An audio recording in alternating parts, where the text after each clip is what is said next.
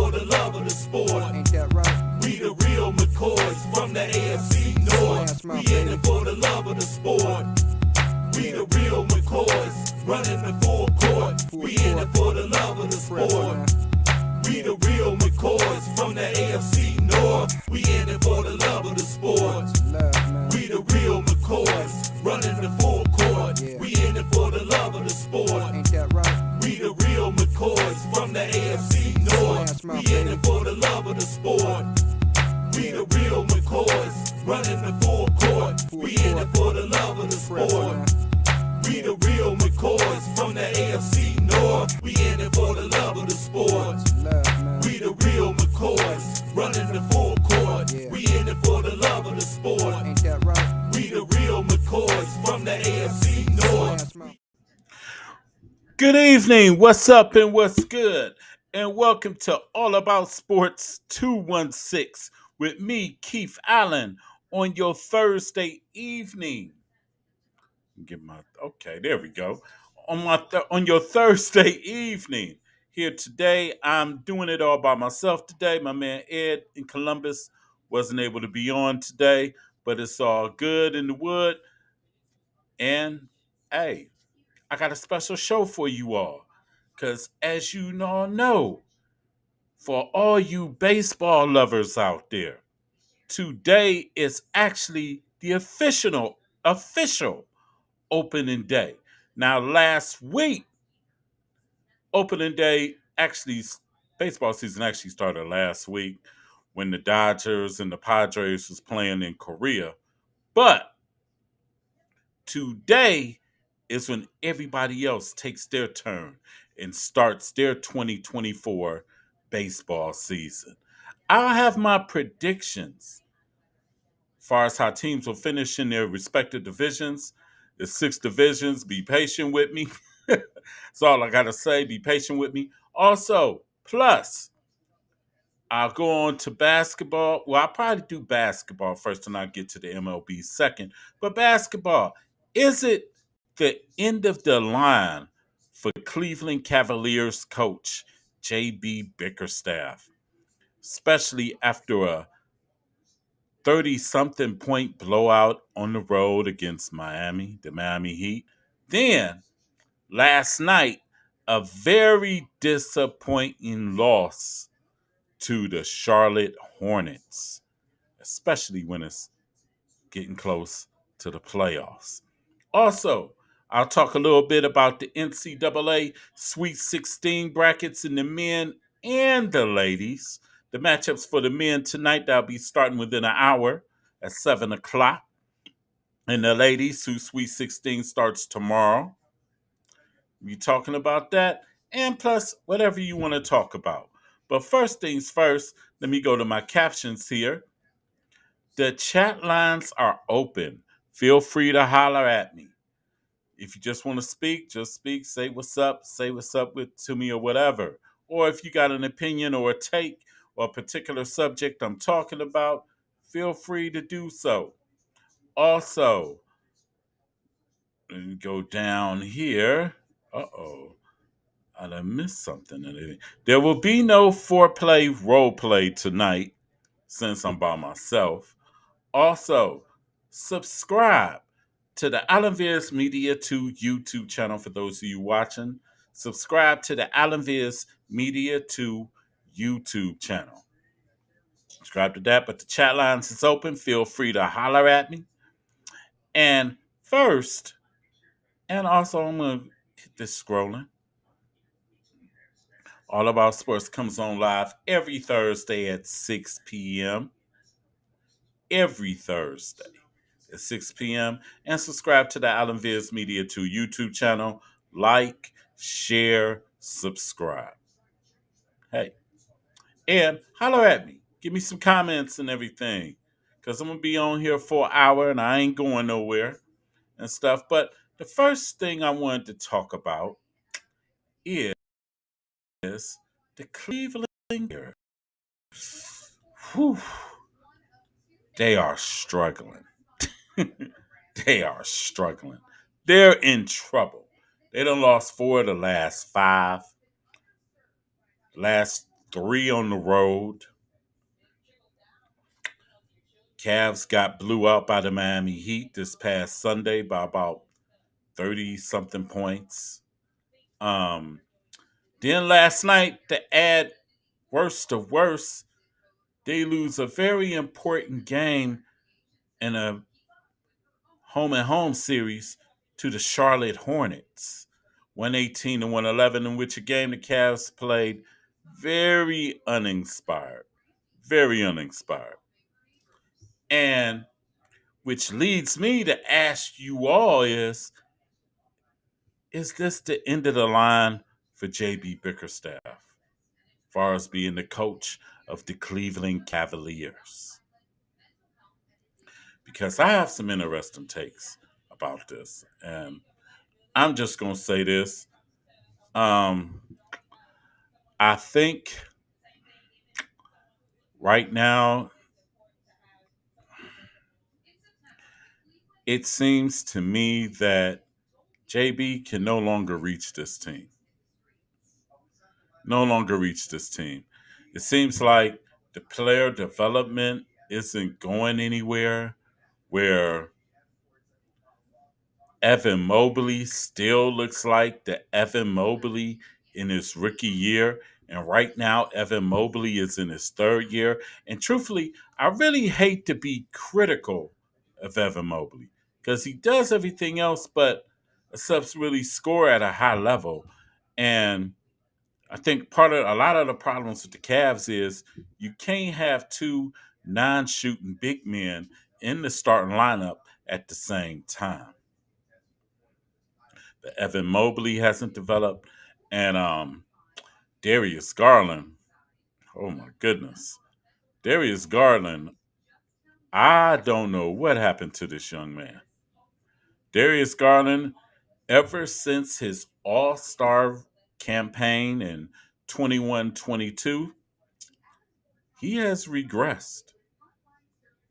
He has definitely regressed, and is definitely evident now since there's no Donovan Mitchell present at the time. Now, good news for the Cavaliers. Donovan Mitchell should be back tomorrow as the Cavaliers take on the Philadelphia 76ers. But Darius Garland has been a big disappointment this year. And don't get me wrong, I know he's had injuries and stuff like that, but he's been playing for about 25 or 30 games since he's came back from the injury with his jaw was wired shut. And but other than that, with the Cavs, I don't think this team responds to JB. I honestly don't. They don't respond to him. And on top of that, the 2-minute execution late in games has been awful. Awful.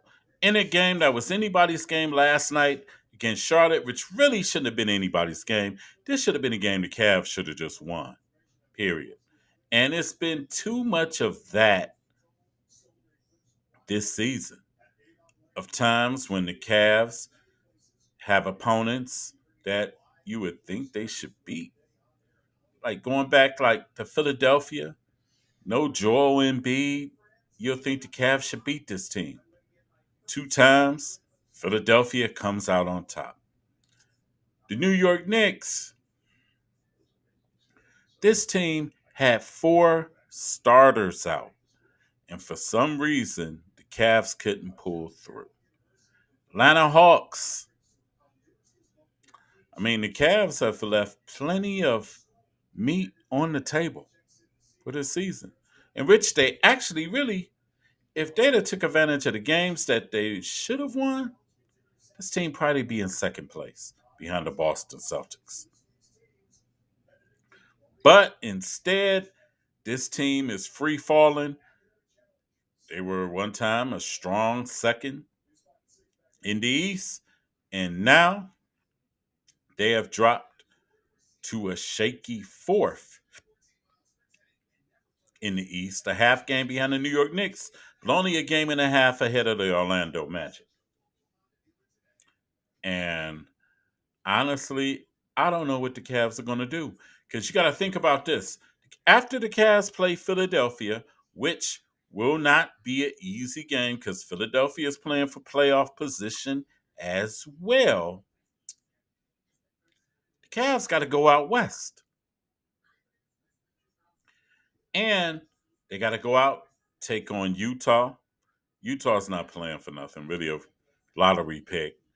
But after that, you have games in Phoenix against the Suns, who, guess what, are trying to avoid the play in. You have games against the Denver Nuggets, the defending world champion Denver Nuggets, who are playing for the number one seed. Then you have two games in Los Angeles against the LA Lakers, who are fighting for their playoff lives right now, and they're trying to get seeded and trying to avoid the play in. And you also have a game against the Los Angeles Clippers, who are trying to stay in the top half of the bracket in the Western Conference. Now, if this team can't win the games that they're supposed to win, do I really expect them to win games on the road out west? This late in the season, when you got teams that actually are playing for something, I don't know. But I will say this is a little abject positivity the Cavs have went on here, won games that you would think, damn, they're gonna lose this game and all this, and then they come out like gangbusters. But it's been too many times that this team has just been completely lackadaisical approach, nonchalant. And a lot of that is at the head of the coaching staff and JB. And I mean, after a while, how many times you gonna keep saying, "Well, he wasn't motivated to play"? We stopped playing defense. It's like, come on, can't you get? This is the time where you have to get your team going instead of going at the refs. This is the time, and so far, not. The Cavs are floundering. Now, in the playoffs, and think about this in the playoffs. Right now, if the season ended today, they'll be going up against the Orlando Magic. But do you really think that the Cavs could beat the Orlando Magic in a 7-game series? Honestly, if you go down the East, let's just, I don't think they can beat Boston. I don't think they can beat Milwaukee. And I think this is a year, honestly, Milwaukee could possibly be had. And a damn show not beating the Knicks. And if you go down the line, you got Orlando, you got Indiana. But look, who is JB Bickerstaff superior to coaching in any of those possible playoff matchups? Any. Any of those possible playoff matchups. I mean, honestly, who is JB superior to in any of those possible playoff matchups? Because if you look at, let's say, first seed Boston Celtics, you'll go at Missoula. You would go at Missoula. Definitely. If you go the second seed against Milwaukee, and I'm not the biggest Doc Rivers fan. I'm not. I'm not the biggest Doc Rivers fan, but he has experience, playoff experience, and he has a ring. Edge, Doc Rivers. New York Knicks, no contest, Tom Thibodeau. And then you skip over us. You go to the Orlando Magic at 5. Jamal Mosley, young, young up and coming coach. Jamal Mosley is doing big things with the Orlando Magic. He has this team playing hard. I get a slight edge to Mosley. Then you go down to 6. You have the Indiana Pacers. Coaching matchup edge. Former NBA champion Rick Carlisle. And I don't even want to mention 7 and 8. 7 and 8 is Philadelphia, Miami, Philadelphia. Eric Spoelstra, he's kind of like playoff Jimmy Butler. He's playoff Eric in the playoffs. He took an 8th seed to the finals. And Philadelphia has Nick Nurse, NBA champion. So if you really want to look at it, JB doesn't have no coaching edge on none of the teams in contention in the playoffs in the Eastern Conference. And if the Cavs are not careful, they could fall to 6th or maybe 7th if they're not careful. Because I honestly think that the Cavs, if anything, if they get Orlando or maybe Indiana, they might squeak by in the first round. But I think it'll be a series where it'll be 6 or 7 games, honestly. They'll squeak by, and then in being in 4th, they'll have to take on the Boston Celtics, and Boston will probably finish them off. And I think no matter what, if whether the Cavs advance to the second round or not, I think JB's time has come to an end. For real. I really think JB's time has come to an end. Cavs have to find a coach that can mesh the talents together. But the first thing the Cavs got to worry about, honestly, heading into the offseason or heading to this season is Donovan Mitchell. One, is he coming back too soon from the knee injury and a nasal fracture injury? Is he coming back too soon? Because I don't want Donovan to rush it, honestly. But if he's 100% and ready to roll, I'm all with him coming back. But we don't know. And is Donovan Mitchell going to commit to an extension this summer where he can be eligible for the max? That's one of the main questions. And I'm going to be honest, if Donovan Mitchell does commit to an extension, heads are going to be rolling in Cleveland this summer. I guarantee you that. I definitely promise you that. Heads are going to be rolling because I really think with Darius Garland, he needs to be coached up because it's like he keeps doing the same thing over and over and over again. And after a while, I have to look at Coach JB like, is y'all coaching this dude up? Or are you just allowing this dude to do whatever the hell that he wants to do on the court? Which is hurting the team. Because the problem with the Cavs is if you got a core 4, you would expect your top 4 players to be Donovan, of course, Darius Garland, 2, and Evan Mobley, 3 or 2. Or shit, Evan Mobley really should probably be number 1. And Jared Allen, your 4th. But what's killing this Cavs team right now is Donovan Mitchell is number 1 and Jared Allen is number 2. And that can't be the formula. That can't. Evan Mobley and Darius Garland's got to step up and be that number 2 guy. Or number 1 for Evan Mobley. And right now, it doesn't look like neither one of them are ready to fill that role.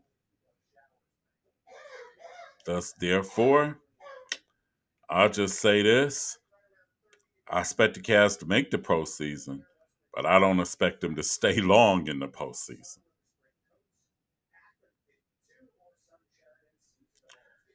I'll repeat that again. I expect the Cavs to make the postseason, but I don't expect them to last long in the postseason. Let that simmer. But anyway, I'm going to move right along, and I'm going to move to Major League Baseball, where now it's that time. It is opening day for MLB. MLB, as you all know, your Cleveland Guardians start the season today against the Oakland A's tonight at 10 o'clock. Guardians, who last year finished in third place in the AL Central. Disappointing third place, especially after winning the AL Central the year before. Disappointing. This year, under new manager Stephen Vogt, honestly don't know what to expect. Honestly, don't know what to expect. Because you got to look at it like this. Guardians pitching staff, if they hold up and if everybody stays healthy, will keep them in a lot of games. But the caveat is, can this team hit? And the Guardians got a lot of question marks in their lineup. Example, out is Miles Straw. Who is going to take over at center field? Espinal or Tyler Freeman or Laureano? Can can Will Brennan be that right fielder and put some pop in his bat? Can he be that? Or who will take over the right field spot in case he can't? Then, who also is going to be the regular everyday shortstop for the Guardians? Because you got Rocchio, you got Arias, and you got Lord knows how many other prospects in the farm system. So the Guardians got a lot. Oh, and also, last but not least, who is going to be the first baseman? Kyle Manzardo got sent back to the minors after hitting plus 300 in spring training, even though you can't really go on spring training stats. But if I was the Guardians, I probably would have started Manzardo and went with him. Start the season and have Josh Naylor DH. So the Guardians got a lot of question marks this year. And can Shane Bieber stay healthy? Heard his velocity is up. And also, can Tristan McKenzie stay healthy? Because he hasn't been healthy in the last couple of years he's been here. He's always had something going on. Now, as far as the bullpen, the Guardians did acquire Barlow. He will help.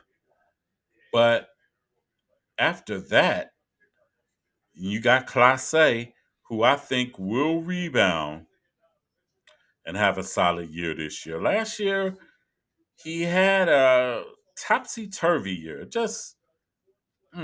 He wasn't lights out like he was in 2022. I mean, he saved like 45 games, but he wasn't 44 games, but he wasn't lights out like he was in 2022. So that will be interesting. Very interesting. And we'll see. I mean, honestly, my let's see. The Guardians over under is like 78 games, something like that. I have the Guardians winning, I say 80 to 81. I say they're top to me might be 84, and they bottom might be 76. But I got them winning about 80, 81 games, probably finishing at 500. Hell, far as I know, in the AL Central, 81 might be enough to win it, to be honest. 81 might be enough to pull through and win the AL Central. Now, what I'm going to do for y'all right now, I'm going to give y'all a special treat of my predictions of teams in MLB start and finish. MLB where they should finish this year. And I'm going to start with the American League East, where my other team, the New York Yankees, reside there. And this is what I have for the AL East. I have the New York Yankees finishing in first place because this year is a do or die year for Boone, for the manager. This is a do or die year for the Yankees. For real, for real. Then I got the Baltimore Orioles, who won the division last year, won 101 games. I got them in second place. I expect them both to duke it out for first. Then at number 3, I have the Toronto Blue Jays.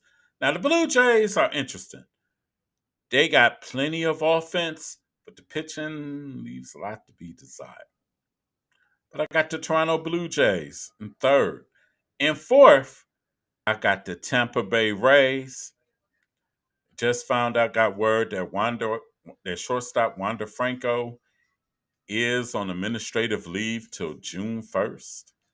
So, and think about this: the Tampa Bay Rays was on top of the world till the stuff emerged with Wander Franco. And then they kind of plateaued some. And then bringing up the rear in the AL East, which I wish I could laugh, but I'm not, is the Boston Red Sox.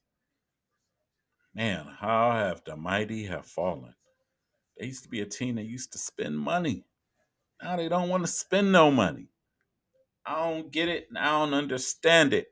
But like I said, AL East, top to bottom, New York Yankees, Baltimore Orioles, Toronto Blue Jays, Tampa Bay Rays, and the Boston Red Sox. Now, I'm going to go to the AL Central, where the Cleveland Guardians reside, and you might be surprised by who I got winning the division. To be honest, I'm going to tell you all the truth. I wouldn't be surprised if any of the top 3 teams I got in AL Central could actually win the division. But I'm going to go with my wild card. I'm going to go on the limb and go with manager AJ Hinch and the Detroit Tigers, because they do got some young talent and they got some young arms. And AJ had them boys playing, and they finished over the Guardians. They was in second place. They're my wild card to win the AL Central this year. In second place, I have the Minnesota Twins. They lost a few guys, key pieces. But I have them finishing in second. And at 3, I have your Cleveland Guardians. But if you really want to be honest, I wouldn't be surprised if any of those 3 teams, Detroit, Minnesota, or the Guardians, win the AL Central. Now, I remember back in September when I was predicting the AFC North in football, when I said all 4 teams were going to finish over 500, which I was correct. But this year in baseball, in AL Central, honestly, all 5 teams could finish under 500 this year because the Central is kind of the weak sister of MLB this year. Also, Guardians, you don't know what you're going to get with the bats. The pitching should be solid if they can stay healthy, but that remains to be seen. And also, they might trade Shane Bieber during the season. So I don't know. Go figure. At number 4 in the AL Central, I have the Kansas City Royals. The Royals are young. They're better than last year. They're not quite with Cleveland, Minnesota, and Detroit yet, but they're coming. And at number 5, bringing up the rear, I got the Chicago White Sox. And they've done got rid of everybody. No more Tim Anderson. No more boxing partners for Jose Ramirez. Um, they got rid of Dylan Cease. I actually liked him. That dude had an electric arm. He was nice. And I got the White Sox having a very long season and they're rebuilding. So top to bottom, Detroit Tigers, Minnesota Twins, Cleveland Guardians, Kansas City Royals, Chicago White Sox. Honestly, I would be surprised if the team that wins the division finishes with an under 500 record. I would not be surprised. I wouldn't be shocked because every team in this division could possibly finish over 500. And then, if not, 3 of the teams in this division could probably finish 500 or better, but not by much. So let me move right along to the AL West where you got to get bright. It's about to get bright in here. The AL West, where you have the world champion Texas Rangers. But guess who I got finishing in first? The goddamn Houston Astros. Yes, they'll be back. Texas caught everybody, came out of nowhere. And shouts out to the Rangers for winning the World Series and all and everything. But this year, I got the Houston Astros finishing first in the AL West because they're probably the most complete team. Although, even though Texas has the most explosive offensive team, but they're pitching, I got to give Houston the edge. Second place in the AL West, I got the Texas Rangers, the World Series champions. They're going to be tough, but I don't think they're going to be tough enough to finish in first over Houston. In third, team that has a whole lot of pitching and good pitching, the Seattle Mariners. But like the Guardians, the bats are a question.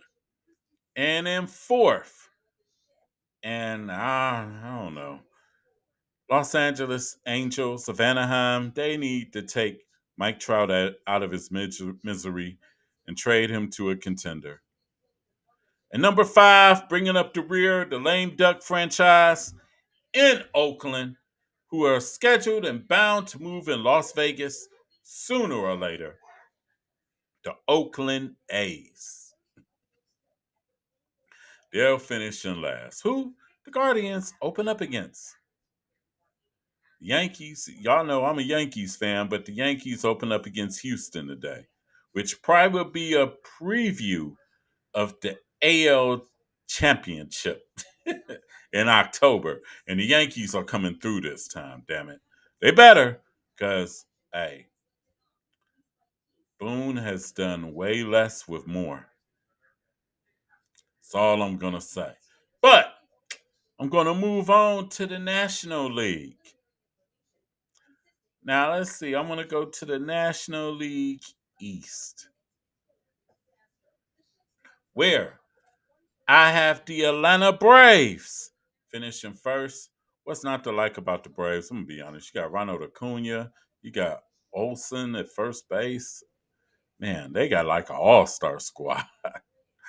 Murphy, somebody the Guardians could have had, but for some reason the Guardians didn't pull the trigger, but Atlanta did. And Atlanta got pitching up their ass. I got Atlanta winning the East, but not far behind Atlanta. And this team could be a dark horse to get to the World Series again. It's the Philadelphia Phillies. Bryce Harper, first full year as their first baseman. And Philly, all they got to do is get in the playoffs, and they'll be a tough out.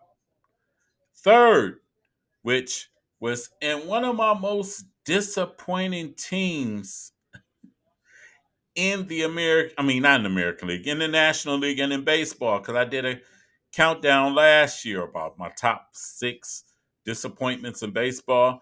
The New York Mets, team that once had the highest payroll in MLB, they'll be in third. The Florida Marlins, who are coming off a playoff season but have went a little downward, got them finishing in fourth. And I got the young upstart Washington Nationals bringing up the rear in fifth.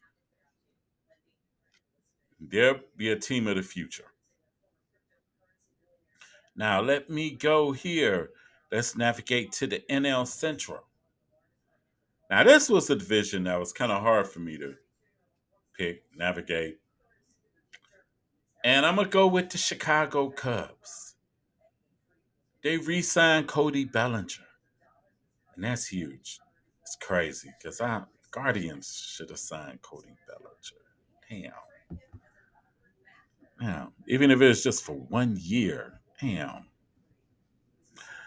Got the Cubs in first place in the NL Central. And coming up in number 2, I got the Cincinnati Reds. They got some good young talent. That Dela Cruz dude is something else. In 3, I have the St. Louis Cardinals making a resurgence in the Central after finishing a disappointing last year, which I don't think has happened in my adult life of the Cardinals ever finishing in last. But this year, they'll recover and finish in third. And I have the Pittsburgh Pirates finishing in fourth. The Pirates got some interesting young kids, though. They could be a surprise in the division. And at fifth is the Milwaukee Brewers. One of their pitchers is going to be out till June or July. They traded Hainer, and it's not much else, to be, with Milwaukee. So, top to bottom, Chicago Cubs, Cincinnati Reds, St. Louis Cardinals, Pittsburgh Pirates, and the Milwaukee Brewers. Now we're going to go to the NL West, where honestly, honestly, this is the Los Angeles Dodgers division to win or lose. Got to die. They're the best team money can buy. Now, whether this team makes it to the World Series, that remains to be seen.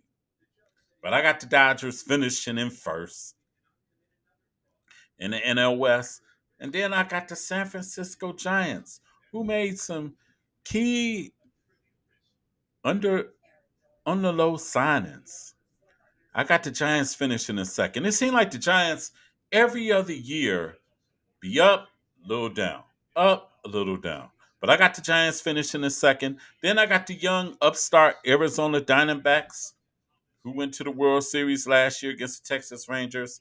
I got them finishing in third, even though, of course, them finishing third don't mean shit because last year they finished in second and they put the Dodgers out in the playoffs. So, like I said, I got the Arizona Diamondbacks finishing in third. Then I got the San Diego Padres, which was one of my disappointing teams last year. Got them finishing in fourth. And then bringing up the rear is the Colorado Rockies in fifth.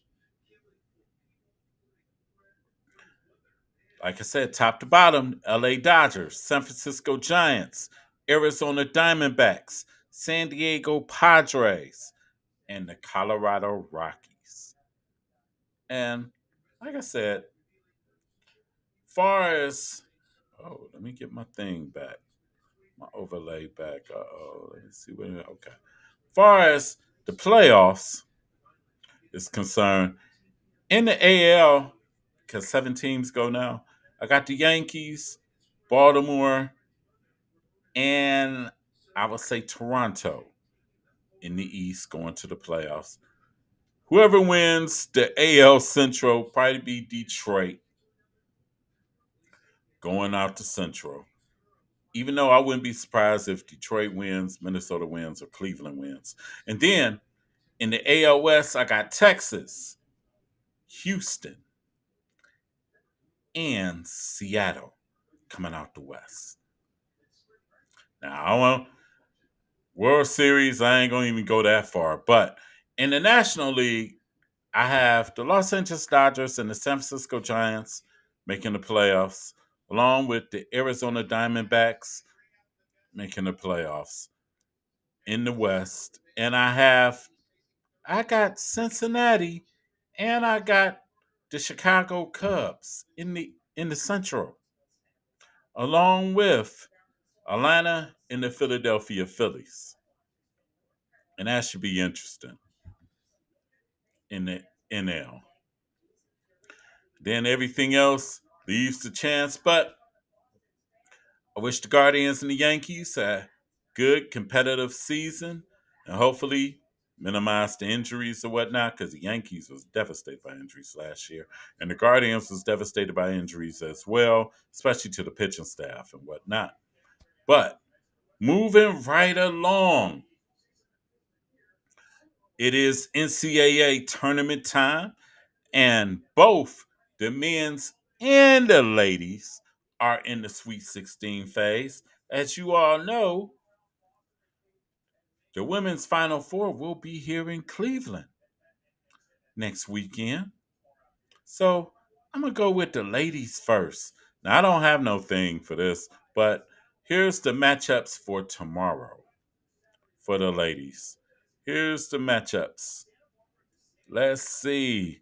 On ESPN in Regional 1 in Albany, New York, you have Notre Dame, the 2 seed, Notre Dame Fighting Irish, going against Oregon State at 2:30 on ESPN.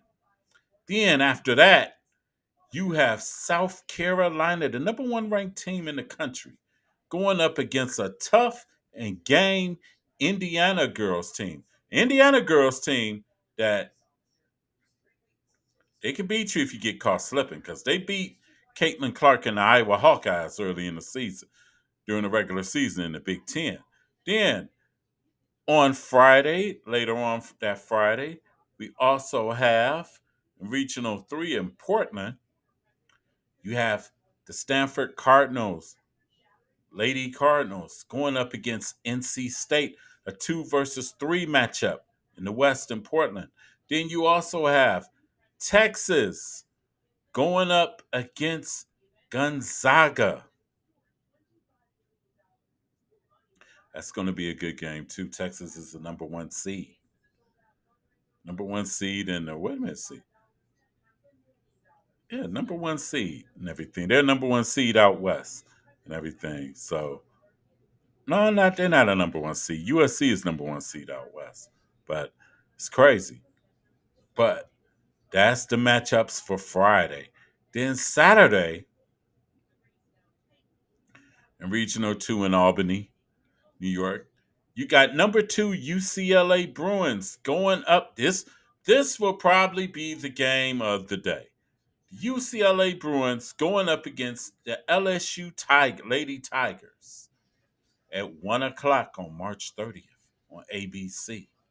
Then after that, you got Iowa, Caitlin Clark and Company, going up against Colorado at 3:30 in Albany. And then later on Saturday, you got the number 1 USC Trojans with Juju Watkins, freshman of the year, going up against the Baylor Bears at 5:30 on ESPN. Then you have number 3 seed UConn taking on Duke at 8 p.m. on ESPN on Saturday. So stay tuned for the ladies. Man, very entertaining brand of basketball. Very entertaining brand of basketball.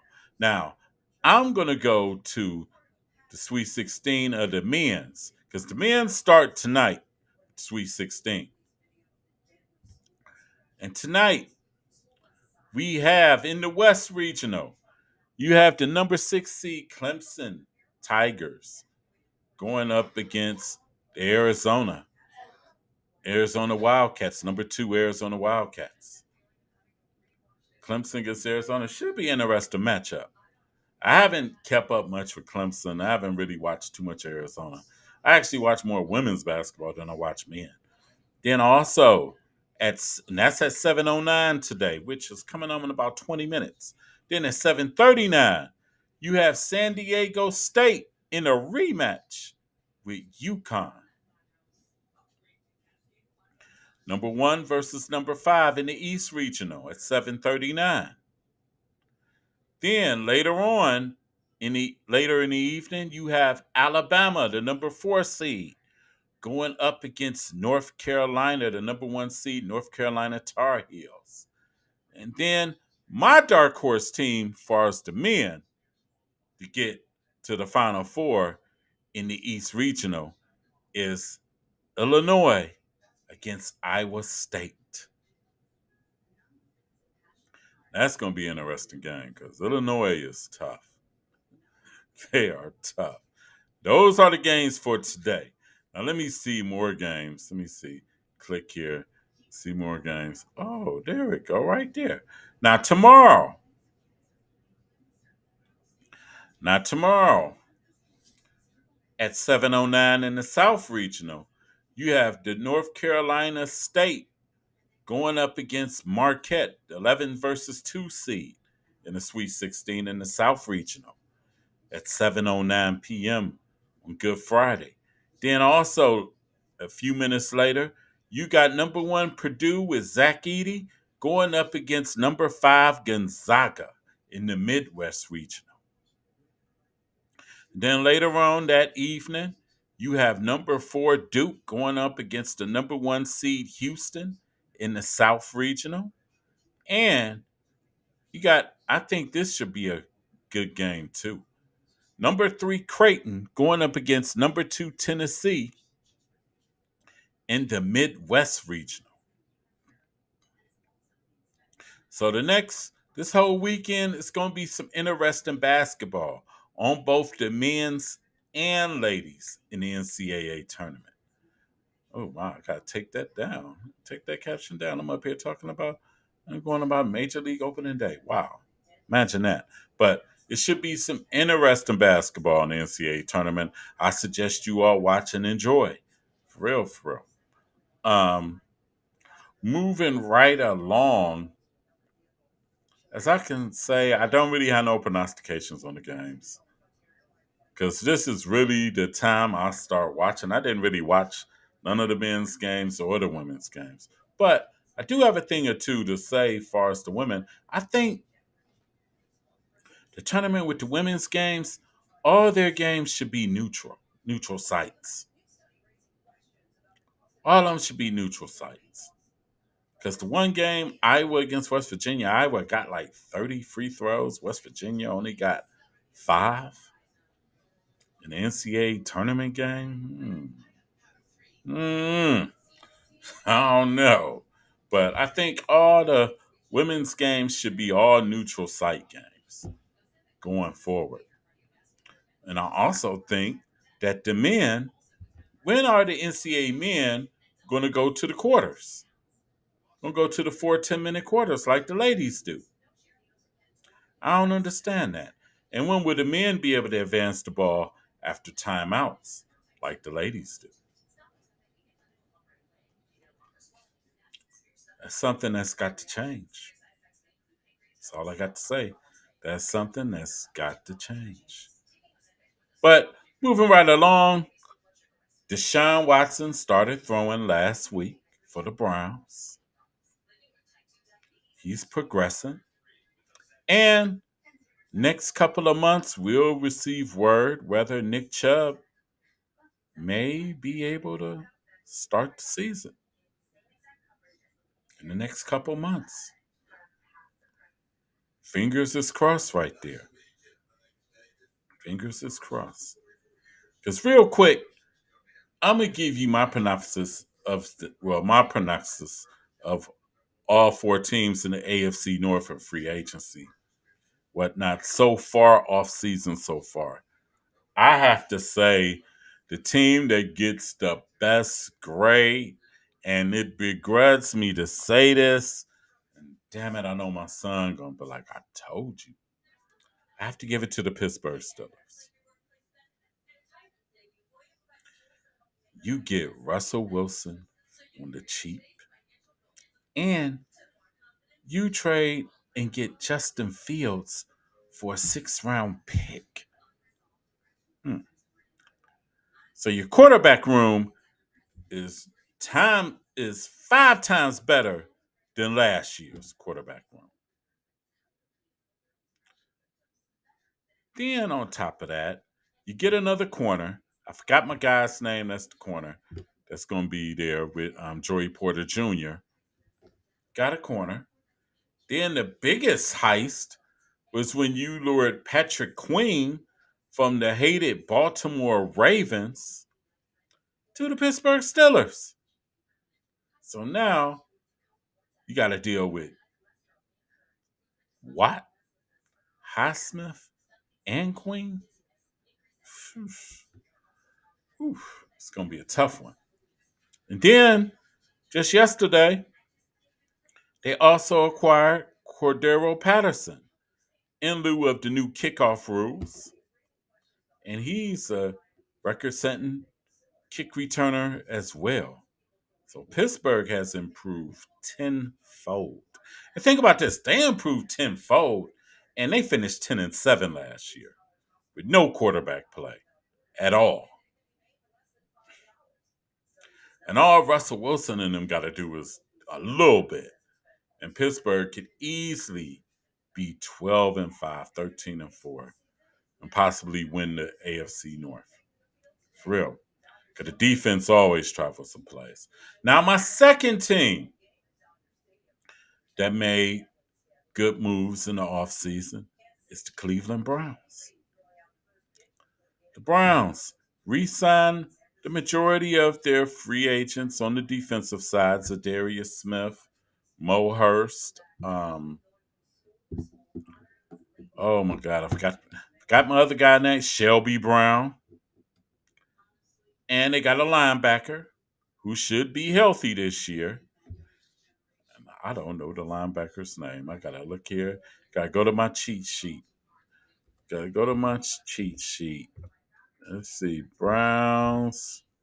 Uh-oh. Uh-oh. Sorry to keep y'all waiting. Browns free agents 2020. News about Browns free agency, offseason moves, and signings. Let's see.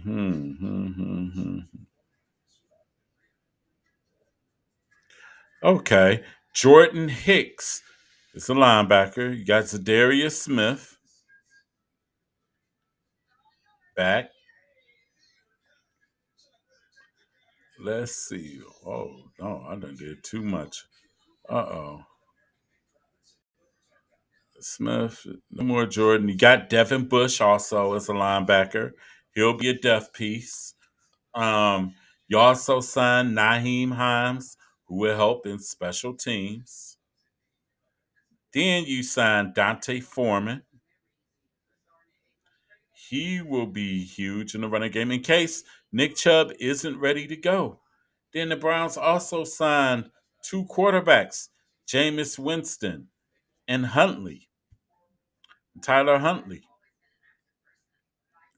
which is huge. Let's see, available players. And they also re-signed Cade York.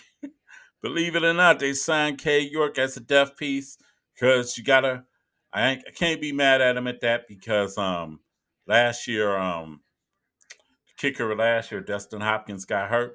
And the Browns also signed another depth piece at defensive tackle, Quentin Jefferson.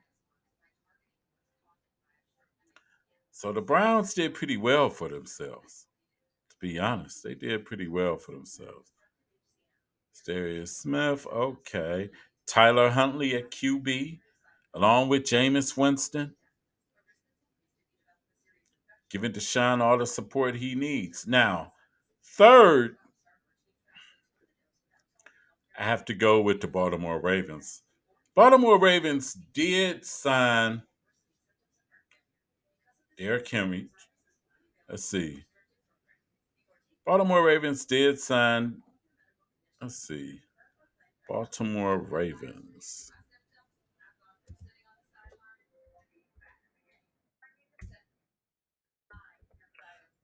But the Ravens lost a lot too. They lost a whole lot. Uh-oh. Got Baltimore, who, let's see.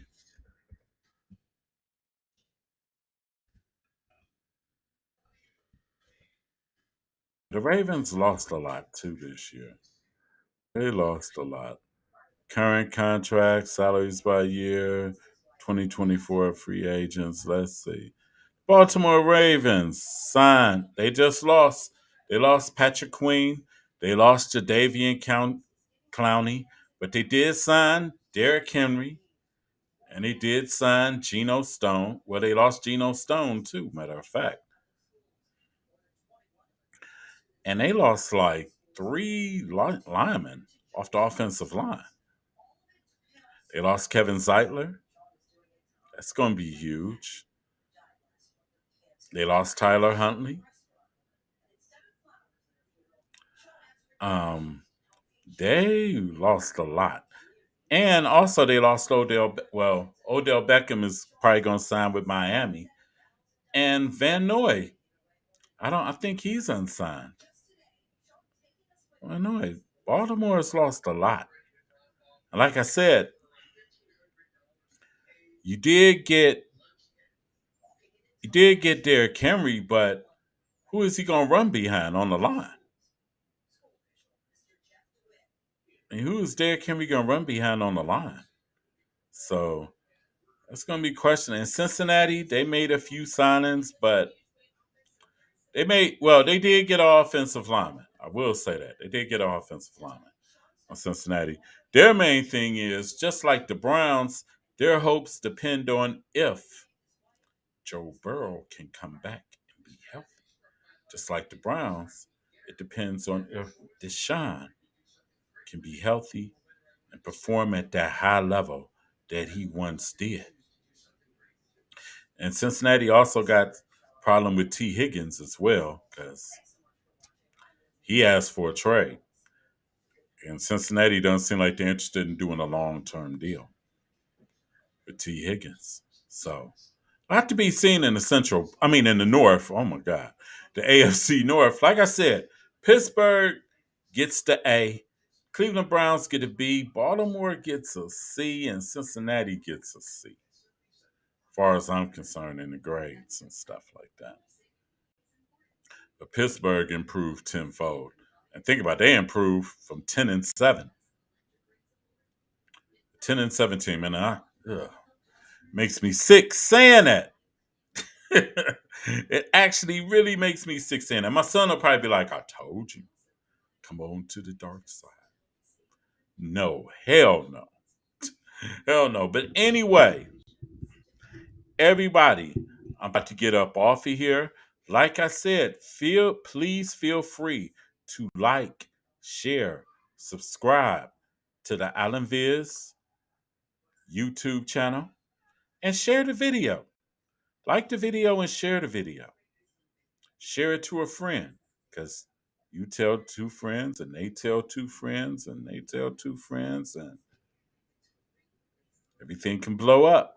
But everybody that's baseball fans, enjoy the baseball season, because today is opening day. And as far as the Cavs, hopefully they get their shit together, because it ain't looking good for JB and the Cavaliers. Hopefully Donovan Mitchell can get back, and hopefully the Cavs can get back to that level. But I'm about to get up off of here and enjoy the weekend. And everybody have a happy Good Friday and a happy Easter. And everybody be safe and be aware of your surroundings this holiday weekend. Don't drink and drive. and be safe and careful and spend time with your family because your family is most important. But anyway, this is your man Keith Allen for All About Sports 216 signing out. See ya till next week. Peace. For the love of the sport. Love, man. We the real McCoys, running the full court. Yeah. We in it for the love of the sport. Ain't that right? We the real McCoys from the AFC North. Smash We mouth, in it for the love of the sport. We the real McCoys, running the full court. We in it for the love of the sport. We the real McCoys from the AFC North. We in it for the love of the sport. Love, man. We the real McCoys, running the full court. Yeah. We in it for the love of the sport. Ain't that right? We the real McCoys from the AFC North. Smash mouth, We in it for the love of the sport. We the real McCoys, running the full court. We in it for the love of the sport. We the real McCoys from the AFC North. We in it